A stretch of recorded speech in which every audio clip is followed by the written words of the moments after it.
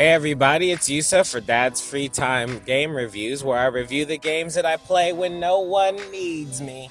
Today's game is Mark of Cree. In Mark of Cree, you play as Rao and his familiar Kuzo the Eagle. Rao is a big, strong Polynesian warrior who was trained for war by his axe-wielding mentor Bamusu. Rao fights for people who can't fight for themselves.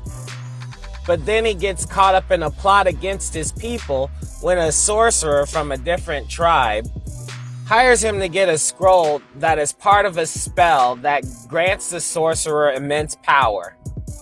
Rao finds out disappointedly that this scroll wasn't paper at all, but actually the skin off of a person, known as the Mark of Cree. Apparently, the Mark of Cree is the birthright of 6 people. And when you combine these 6 people that have the mark, it gives you the power. So now, since fate brought him into this role, he has to protect the other people who have the Mark of Cree. Again, the story has another sort of premise where a sorcerer tries to get the ultimate power, but you're not really quite sure how ultimate this power is. Regardless, I think the story is pretty good, and I think it's a little bit more authentic with the Polynesian warrior angle, which I haven't really seen done. They got some crazy names, man. It took forever for me to remember the bird's name. Kuzo. Also, this game is kind of unique in its art style. It uses cartoon type artwork, but makes it into a 3D environment, which is cool. It's kind of like having the people who did the Disney cartoon Lilo and Stitch, and then making all their characters in the fully rendered 3D video game, complete with straight up assassinations and swordplay. The gameplay is pretty cool. It has a real big emphasis on stealth, and then fighting second. The stealth is pretty interesting because you start out with a sword, and it's hard to kill people with the sword, so it automatically forces you into trying to use the stealth. The stealth elements are very weird because unlike a game like Tenchu where the characters move back and forth or they spin around and look from left to right or do something like that, these characters are kind of just placed all over the map the same exact way. There's only a few of them that pace back and forth. Most of the time, they just stand there. The game leads you linearly into the objective. So it's up to you to find out what to do to get your set pieces to be in a place where you can kill them with your sword. Sometimes there's a bell that attracts people's attention. Sometimes there's things on the ground. You can shoot boars and baboons with your arrow and have them run past people, and they'll turn around and look. For the most part, it's very weird because when you find somebody looking in a specific direction, they never turn around and look back at you. They always look in that direction. It's kind of weird. Like, even if you just distracted them with a baboon running by them, they never turn back around to see what's back where they came from. They just stare at the baboon until you kill them. All day. But it's very interesting, even though it's limited, it's very interesting to find out what type of way the programmers expected you to get through without being seen. It doesn't matter if you're seen anyway. You can sword fight through the whole game and nobody will care. But that leads me to the fighting aspect. When you get seen or at special times when it's impossible not to be seen, you're going to have to fight people using sword-to-sword combat. And actually, throughout the game, you get 4 weapons. You get your arrow that helps you with stealth, your sword that helps you with speed attacks, your spear that helps you with long-range attacks and fighting multiple enemies, and your axe is just basically the godsend for chopping people up.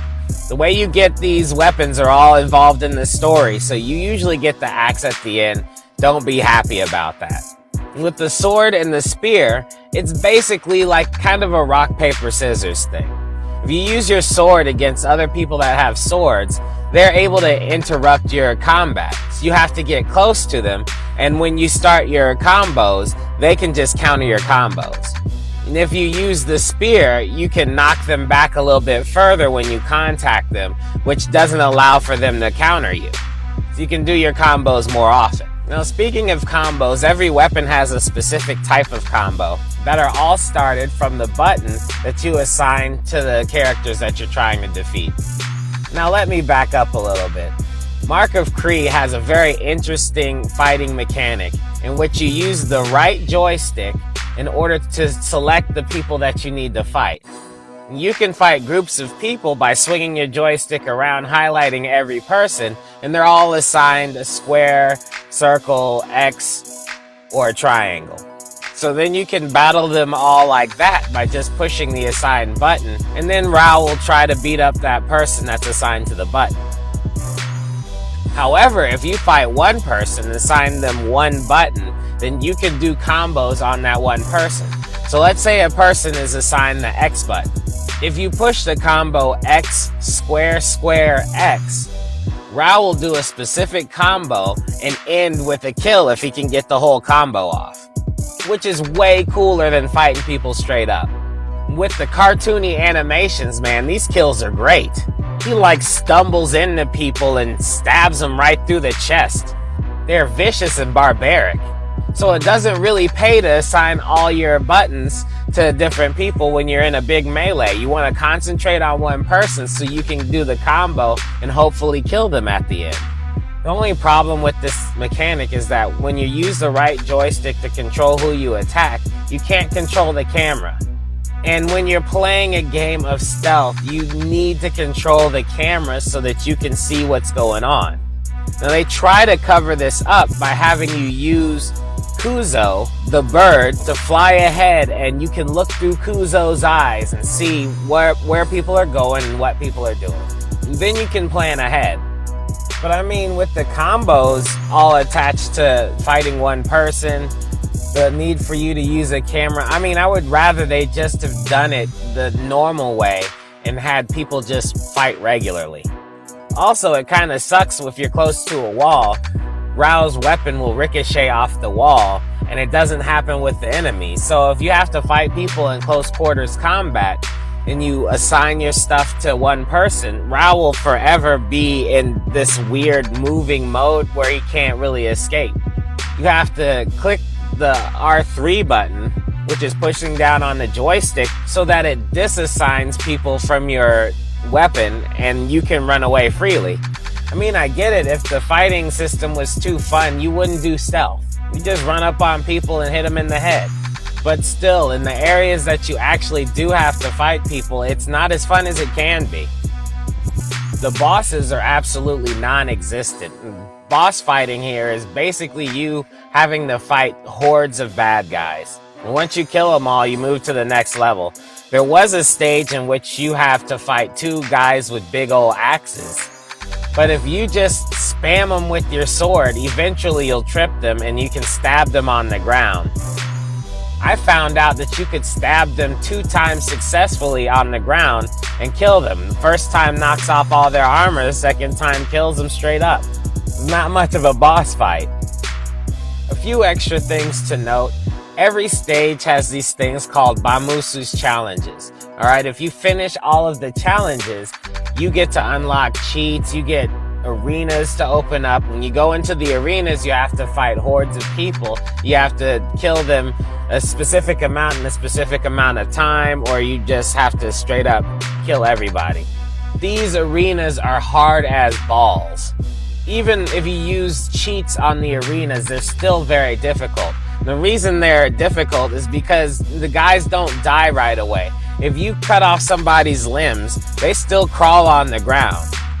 And then you gotta go and stab them, which takes all of this crazy animation to do. It takes like 5 seconds of your time. It's excruciating. Even if you roll through there with the axe and chop everybody up, you still gotta kill people on the ground. It's craziness. It's like not only do you have to get good at using the weapons, but you have to be lucky as hell too.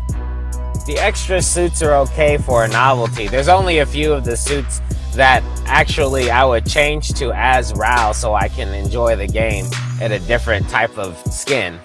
And you know me, I'm not the type of person who needs to complete everything. I just want to know how the story ends. So anyway, that's all I got. Mark of Kree is a pretty fun stealth game to play. Even though it kind of leads you where it wants you to go, it's still good when you figure out what you're supposed to do. Also, how many video games or stories in general do you have with a Polynesian protagonist? Do we count The Rock? Do we count Dwayne Johnson? I mean, he's like half Polynesian, half black. Does he count? If we don't count The Rock, then it's pretty much zero, isn't it? Maybe the Lilo and Stitch that I mentioned earlier.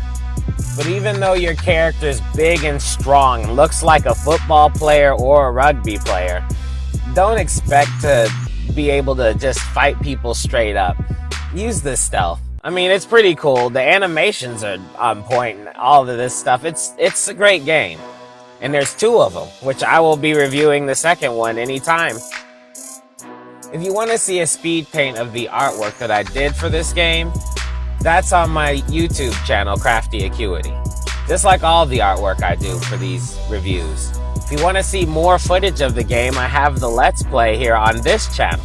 If you want to buy this game, I believe they have it for PlayStation 2, and I believe they have it somewhere on the PlayStation service where you can get 2 games in one package. I don't know. I'm old. I bought both of the games when I was younger. Anyway, everybody have a nice day. Swoop-de-whoop. See you next time. Peace.